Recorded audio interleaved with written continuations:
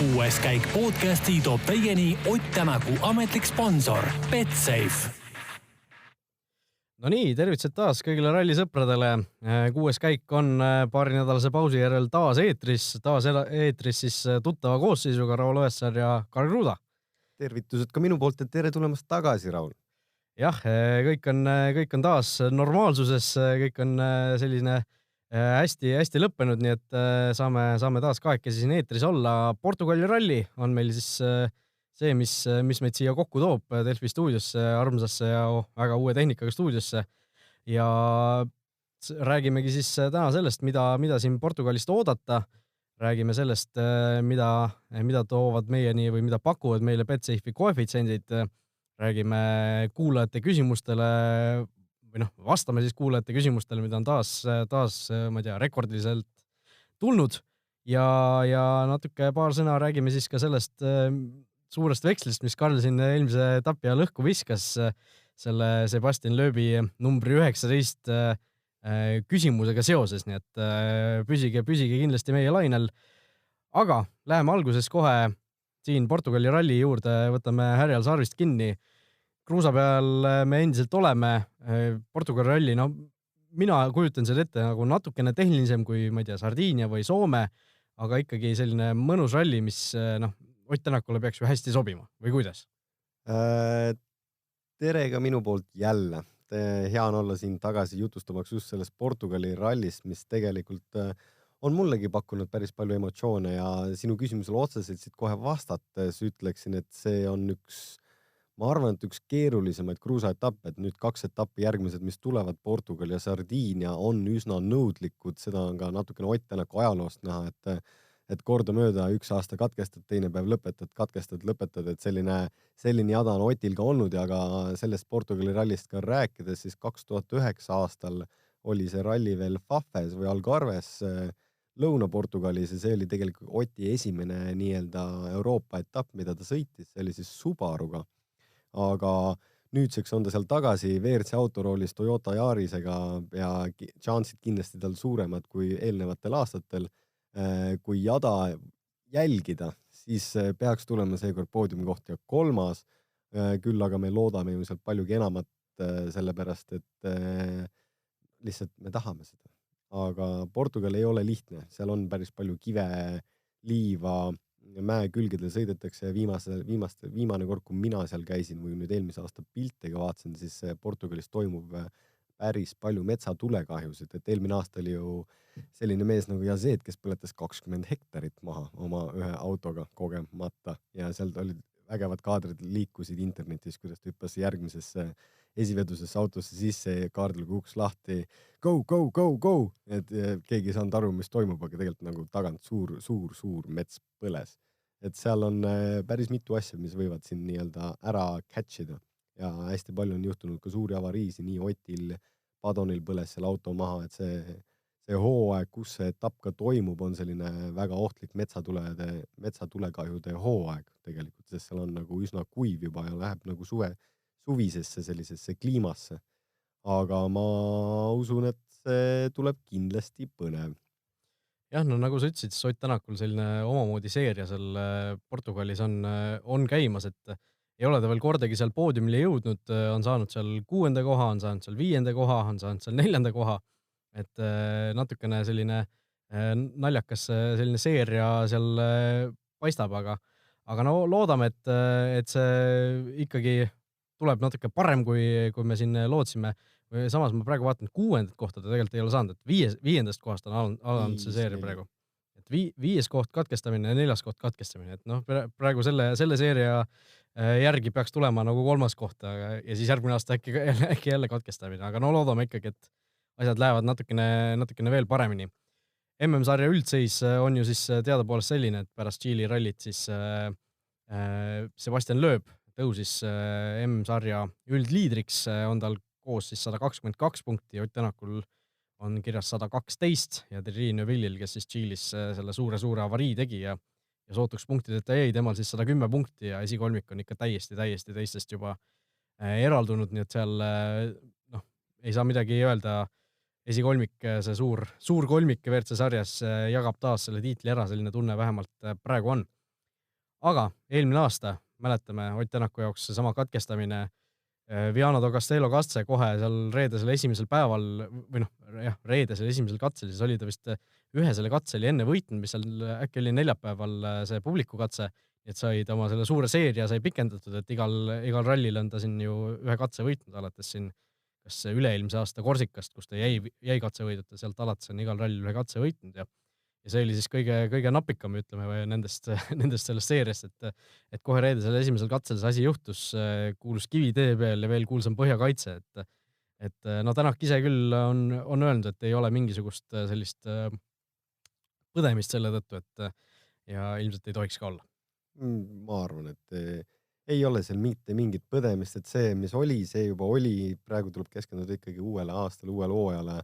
Küll aga see aasta vaadates siis esimesel katsel kindlasti, et seda seeriat hoida midagi juhtuda ei tohiks, sellepärast et see aasta ei ole seda Lusada publiku katset esimesena, vaid ta jookseb esimese päeva lõpus viimasena.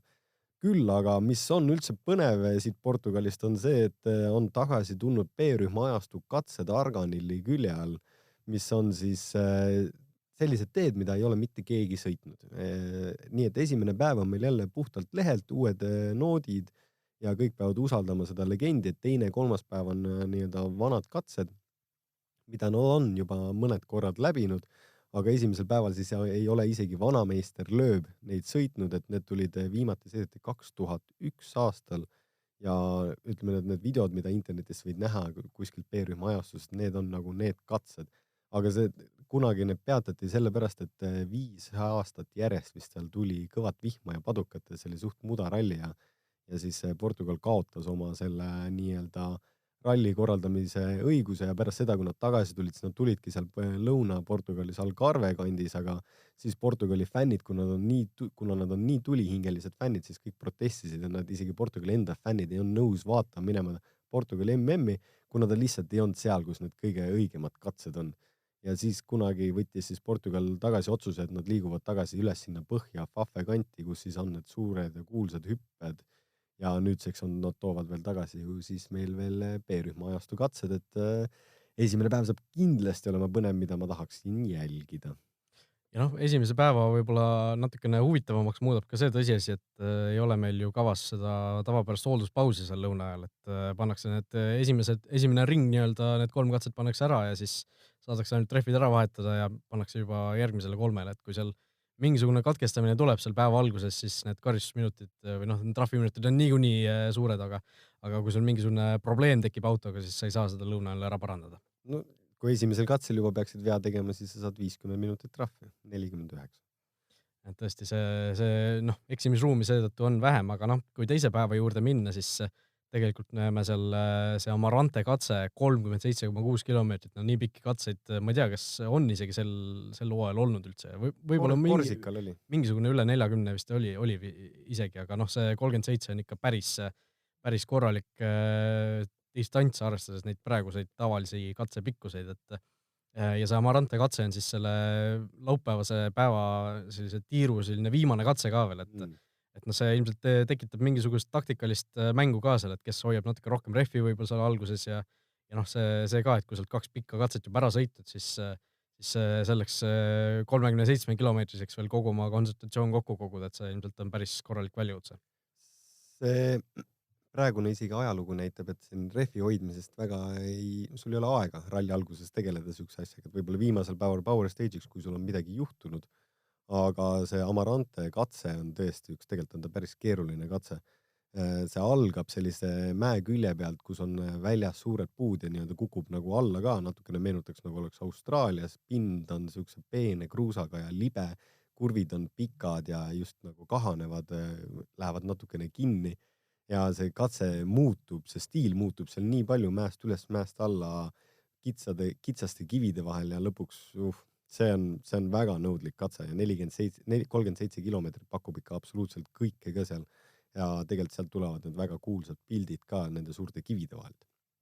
No vot, aga mul tekkis kohe selline küsimus ka, et kui vaadates näiteks kas või seda viimast päeva, kus on sellised 8 ja 11 kilomeetrised katsed, neid on 5 tükki, siis rallisõitja seisukohast kumb nagu mugavam on, et kas see, et sa paned selle sama kilometraaži ütleme 1-2 katsega ära või see, et sa ikkagi need katsed on nagu tükeldatud väiksemateks juppideks, et kumb nagu rallisõitja seisukohast üldse mugavam on? No päevakokkuvõttes on mugavam, kui sa kiiresti teed need paar katset ära, saad oma päevalimiidid täis ja saad nii-öelda kussu peale. Saad nagu magama minna järgmist päeva ette valmistama, sest kui on nagu mitu katset, siis see nii-öelda ajaline pool on sellest natukene nagu pikem, et kui tuleb Soome ralli, kus tegelikult on hästi pikalt väljas valge, et siis sa vaatad, et viimased katsed toimuvad veel päris hilja õhtul. Et siin sellel rallil pidi ka olema tegelikult 2 linnakatset, mis jäeti küll kahjuks ära laupäevasel õhtul, aga seal olid ka, et katsed juba hakkavad 7:30 õhtul, pärast mida veel tulevad servised ja asjad, et selleks hetkeks, kui sa hotelli jõuad, siis see on ikkagi nii-öelda väga nagu hilja. Kindlasti on lihtsam sõita lühemaid, sest sa saad oma tempot nii-öelda iga kord redigeerida ja korrigeerida, et kui sa oled lõpuni jõudnud, kas kellelgi on midagi juhtunud, aga see pikad katsed on need, mis need rallid üldjuhul nii-öelda paika panevad. Mida pikem on katse, seda raskem on valmistada ette selleks ja sul ei olegi aega nagu mitte kuskil nii-öelda nagu maha võtta. Et sa keskendud otsast lõpuni pikal katsele, et sa tuleksid hea ajaga. Ei ole mitte mingit hoidmist, sellepärast, et sul ei ole selleks ka ruumi. Hetkene MM-ide tipud näitavad, et neil ei olegi mingit ruumi. Ja kindlasti tahetakse lühemaid sõita, aga ja pealtvaatajatele meile endale ka sobivad lühemad ju rohkem.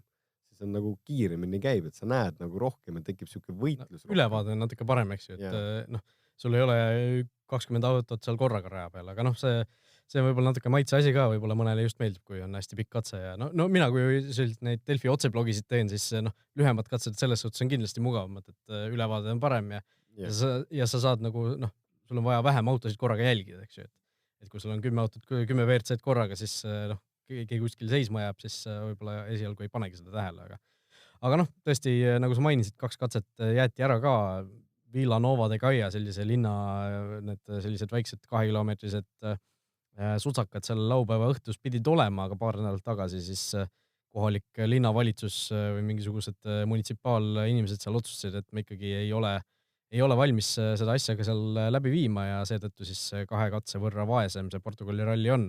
Aga Eesti spordisõbral või üldse Euroopa spordisõbral võib-olla ei olegi väga hullu nendest, sest laupäeva õhtul teadupoolest on meistrite liiga finaal ja need publikukatsed oleks natuke võib-olla sinna jõudnud sisse sõita, et no vaata, siit tuleb see tõeline põhjus välja. Ega Portugalis on ju tõesti suured jalkafännid, et siin põhjus tegelikult seisnes kuskil mujal, aga munitsipaalamet arvas lihtsalt, et see on halb nende linnatänavatele.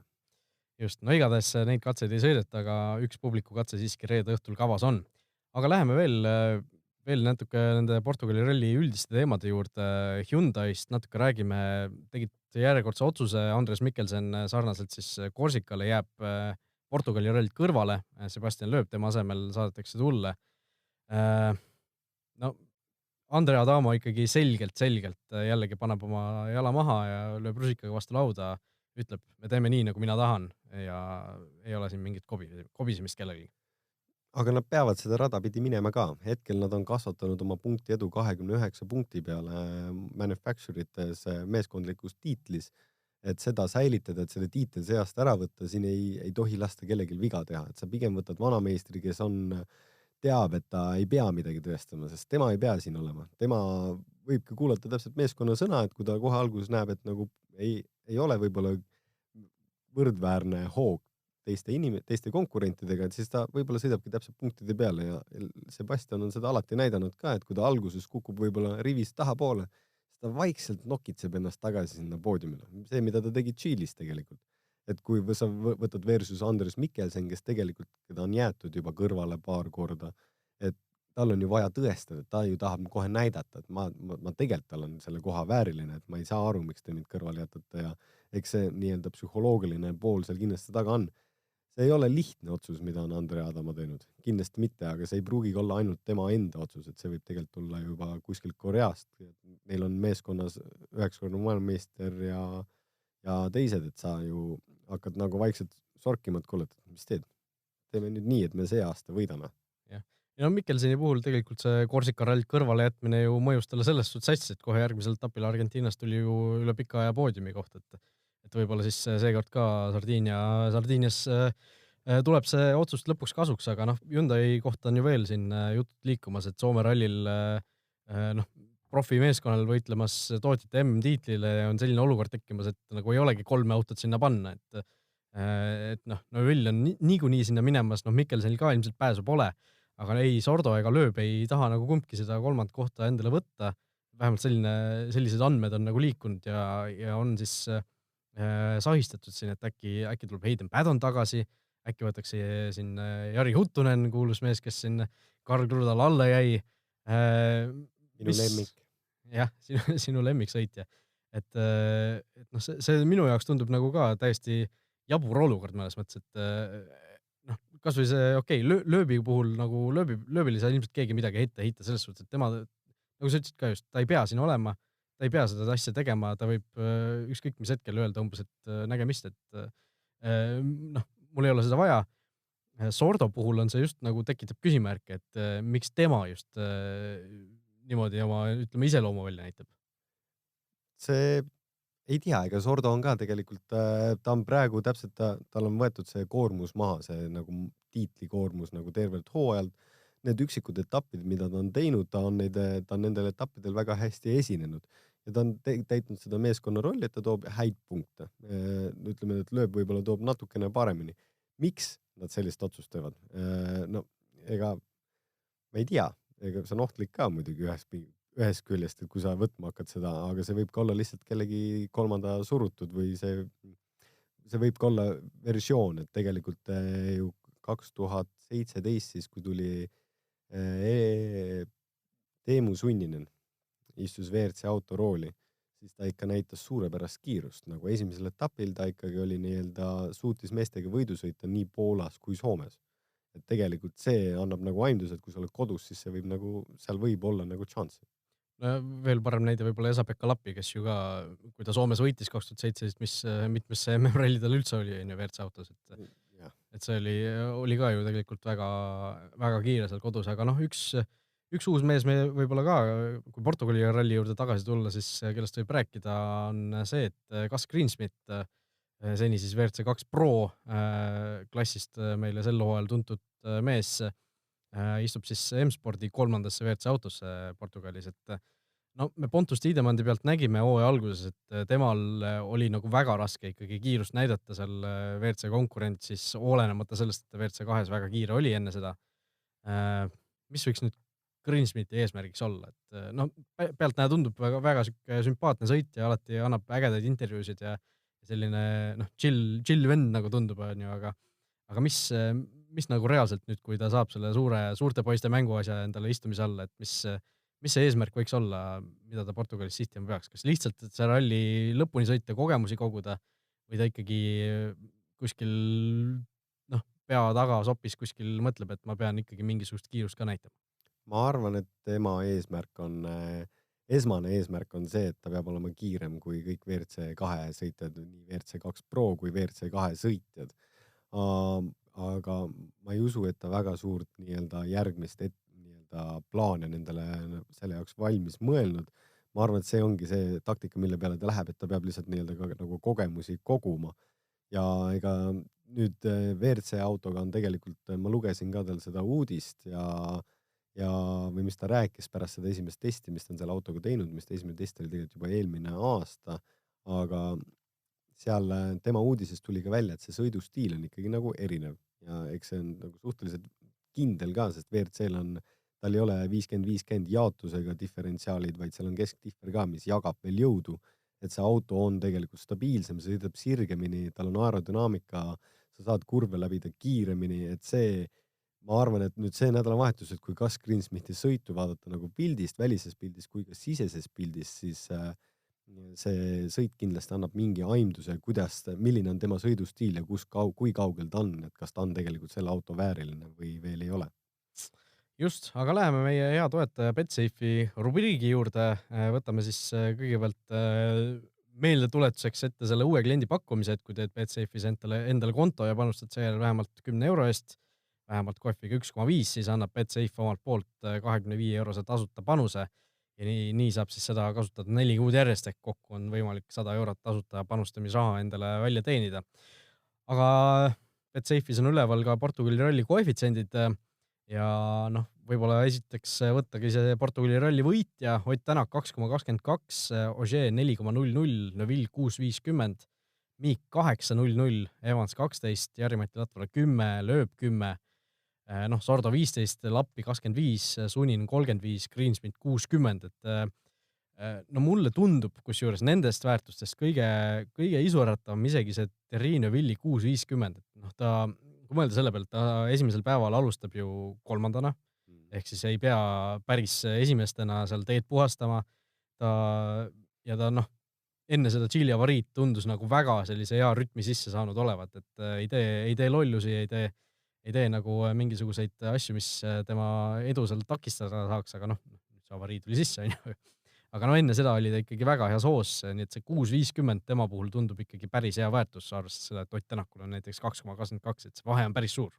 See vahe on tõesti suur ja tegelikult seda on ka mul palju küsitud, et see ei ole ju reaalne, et sa pärast sellist avariid, kus sa said nagu mõned õmblused ka veel, et sa tuled nii-öelda ja sõidad täpselt samamoodi tagasi. Mina arvan, et ta tuleb, sõidab täpselt samamoodi, nagu ta ennem sõitis, aga lõpuni välja ei tea. Esimest metsavahekatset tahaks nagu näha ja kogeda, ega tegelikult seal võib olla mingi nagu punkt taga, sest esimene päev on jälle uued katsed. Et seal need katsed tuleb jällegi läbida samamoodi nagu oli Tšiilis, et seal oli ka ju kõik 6. Mis see esimene päev meile toob ja näitab, see on nii-öelda sellepärast ma juba suure põnevusega seda ootan. Minu lemmikkoefid on siin vanameistritele JML ja Sebastian Loebile. Mõlemad on kümps.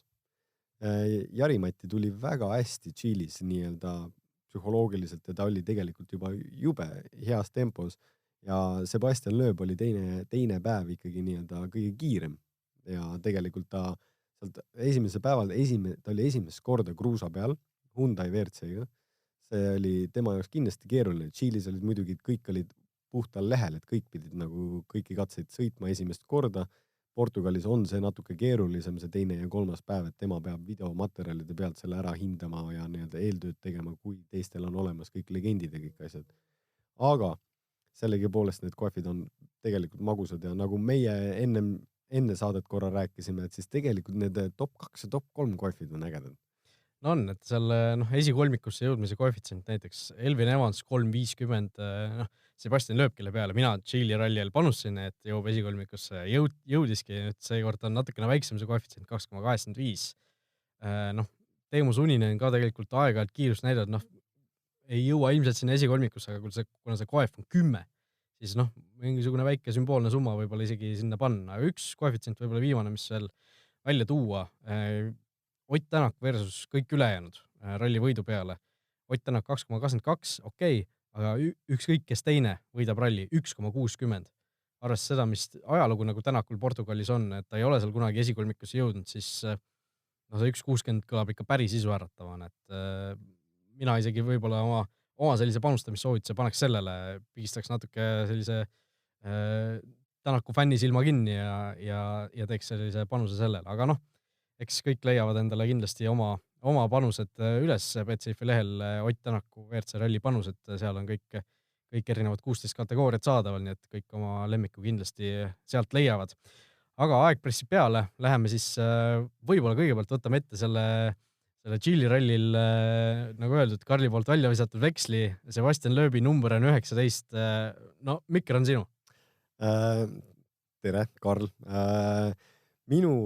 Minu pakkumine 19, kuigi siin on Loeb on ise öelnud lõpuks, et tütre sünnipäevad ja kõik need asjad kokku, siis minu jaoks nii loogiline, kui see ka ei oleks, siis Sebastian Loeb on võitnud 10 maailmameestritiitlit.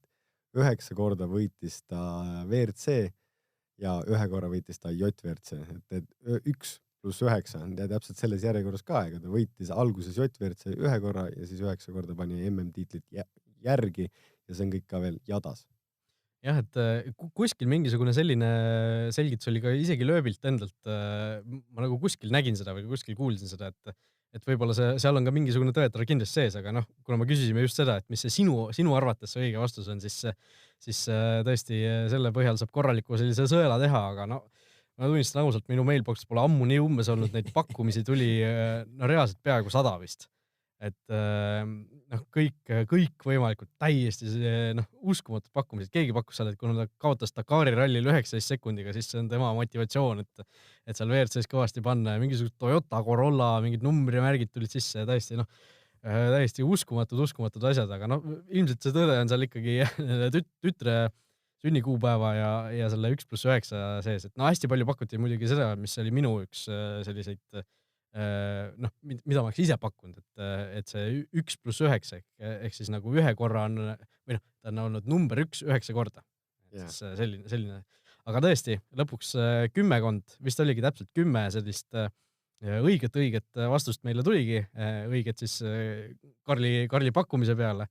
Nii et nende vahel me siis väikese sellise loosimise korraldame ja vaatame, äkki keegi soostub meile siia saatesse ka tulema, et siin kusjuures nende 10 seas oli ka päris mitu neiut, nii et ei ole ainult meil mingisugune meeste põrinate saade, nii et aga noh, ma arvan, et see 10-st jah, 2 naist oli siin, et ma arvan, et see 20% on tunduvalt suurem protsent kui see, mitu üldse naisi vastas sellele küsimusele, et naised panid päris hästi, et kui vastasid, siis vastasid väga hästi. Aga läheme siis meie kuulajate küsimuste juurde ka, neid tuli ka siin vahepeal selle ajal päris palju, vaatame, palju me siin jõuame võtta. Kalle küsib, et kas tiimi teised autod, ehk siis Toyota teised autod kasutavad ka Oti autoga esialgu sama seadistust, mille pealt siis nad kohandavad selle endale mugavaks või on igal sõitjal ainult mingisugune enda kindel seadistus? Lõpuks ikkagi kõik lähevad oma seadistuse peale, et see võib olla väga sarnane ja see auto võib kõige paremini toimida mingis seades, küll aga sõidustiilid on ikkagi natukene erinevad, kes kasutab, noh, seal on nii väiksed nüansse, et lõpuks ikkagi inimene leiab täpselt sellise natukene oma seade, et see päris 100% tõene ei ole ja lõpuks meeskonnasiseselt ma neid nii hästi ei tea, et mina küll jagasin kunagi seadistust ka siin prantslaste ja asjadega, et ka samamoodi, et ise seadistust vastu saada, et kui sa ise midagi annad, siis sulle ka vastu ei anta. Ja no ütleme, et kui sa juba naabermeeskonna käest küsisid, siis sa ikka pidid mitu korda auto all käima ja neid vedrusi üle vaatama, kas tegelikult on 27 või on 29 Newtonmeetrit, sest seal hakkas juba paska vahele viskama. Sven küsib, vaadates siis WRC Plussist Esa-Pekka Lappi sõitu tekkis siis tal küsimus, et mida võiks tähendada see, et iga katse läbimist kaardilugeja Janne Ferm siis ütleb, et no kuidas sa enne saate algust ütlesid. Hüva EP. Et väga selliselt hästi tegid järgi, et EP finish the stage või midagi sellist. EP finish the stage. Nagu soomlastel ikka omapärane. Aga see EP nali on tegelikult aastast juba 2000, ma arvan, et see oli äkki 12, siis kui EP alustas. Ja siis Jannega nad olid Arctic Laplandis, siis kui ta võitis Arcticu esimest aastat, kui ta sõitis 4 vedusega, siis 50 gildise katse lõpus, siis Janne ütles, hüva EP, hüva, mahtava. Ja nüüd siis, miks siin katse lõppudes öeldakse, et kaardilugeja korra räägib, et EP finish the stage'is on sellepärast, et anta lihtsalt meeskonnale tagasiside, et kõik on korras ja nad on katse lõpetanud ja et siis meeskond saab kohe tagasiside, et kuskil ei ole mingi glitchi või baagi, et vahepeal võivad ju arvutid ja GPS-id seista, et kas on midagi juhtunud, aga et siis meeskond saab kohe see tagasiside, et kõik on okei. Jah, ja no ilmselt miks just Janne Fermi puhul seda kuulda on hästi, on see, et need kaardilugejad ja sõitjad vajutavad ju erineval ajal selle nii-öelda road mode'i peale või tänavasõidu selle režiimi siis, et millega need mikrid lülituvad välja ja mida sa sealt otsepildist kuulad. Aga Svenil on üks küsimus veel, küsis ta siis paar saadet tagasi siin autode disaini kohta ja selline jätkuküsimus siis sellega seoses siis, et kui 2015 Mehhiko ralli sinna järve sõitis ja Tait Tänakuks ristiti, siis tal käsipiduri otsas üks piilupart, et kas praegu on ka sõitjatel kusagil midagi taolist, mingisuguseid talismane, mingisuguseid jänesekäppasid kuskil õnne jaoks, et kui levinud sellised asjad üldse on, et mulle endal tuleb meelde, et siin üks paar rallit tagasi ju Teemu Sunnilil oli see üks Monkey, ahvi siuke kujutis oli, mitte kujutis, vaid väike mänguahv oli testikatsel, aga päris katsetel ta seda autosse ei pannud. jah, see oli Big Boss is watching you, see oli, ta oli natukene mõne auto vahepeal ära lõhkunud, et siis seal saadi kurjaks juba, et siis ta pandi... Monkey on your back. Ja, et siis ta pandi ahv üle õla vaatama, aga kindlasti inimesed on nii erinevad, et kellel on mingid superstitionid või ma ei tule see sõna kohe eesti keeles nagu meelde, aga Otil oli samamoodi, kunagi oligi selle pardiga ja see part on nüüd tegelikult jõudnud oma teekonnaga sinna pardirallile, et tal on juba oma elu ja seiklus, aga siin on näited on tuua igast kohast, et vahepeal isegi mina, et siis nõme on seda küll öelda, aga et siis kui ma Soome MM-i juhtima hakkasin, siis viimaseks päevaks ma julgenud oma pesu ära vahetada nagu all. Et ma läksin sama kombe ja sama pesuga, lihtsalt, et ei tuleks mitte mingit probleemi ja draamat ja kindad on samad ja no ütleme, et suka vahetad ära, et see oli veits higine. Aga no ma tean ka mõnda sõitjat või nii-öelda, ma olen kuulnud, et on õnnetrussikud, need Supermani õnnetrussikud, et siis kui minnakse võistlema, et neid variante on erinevaid, me lõpuni välja me ei tea seda, kindlasti mõnel inimesel on, aga lõpuks tegelikult kõik on sinu enda kätes.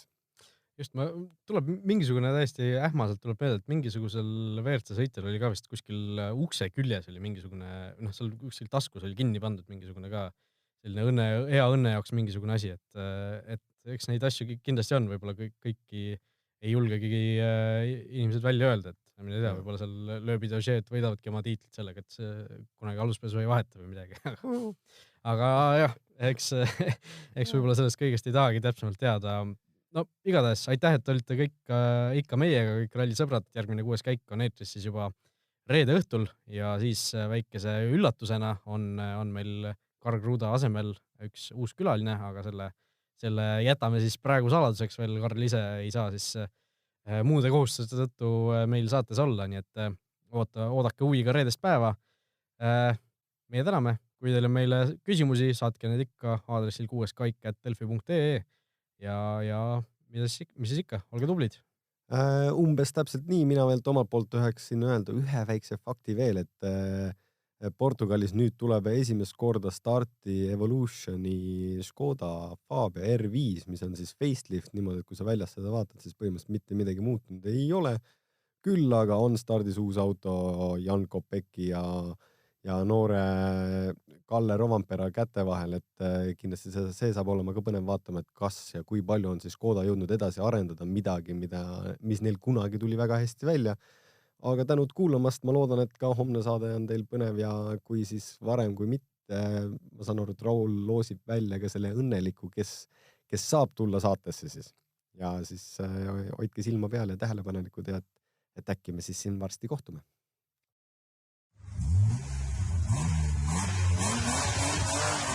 Kuues käik podcasti tõi teieni Ott Tänaku ametlik sponsor Betsafe.